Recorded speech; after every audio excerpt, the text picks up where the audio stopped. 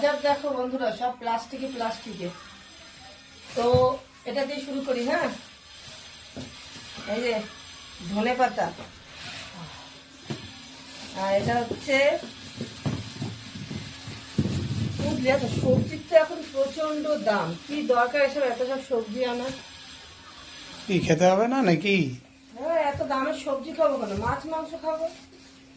এই যে মাছ মাংস কি প্রতিদিন ভালো লাগে? এখানে হচ্ছে পটল। সবজির যা মানে দাম, আমার মতে বলে আর মাছ মাংস খাওয়া বলে। এটা উচ্ছে নিয়ে এসছে, আমার এই ভালো লাগে না উচ্ছে খেতে। এই দেখো কেন, উচ্ছে দিয়ে কুমড়ো দিয়ে করলে তো ভালোই লাগে গো খেতে। তোমার তো সব ভালো লাগে। আর এই ডিম কিন্তু আমাদের জন্য, এটা দোকানের ডিম।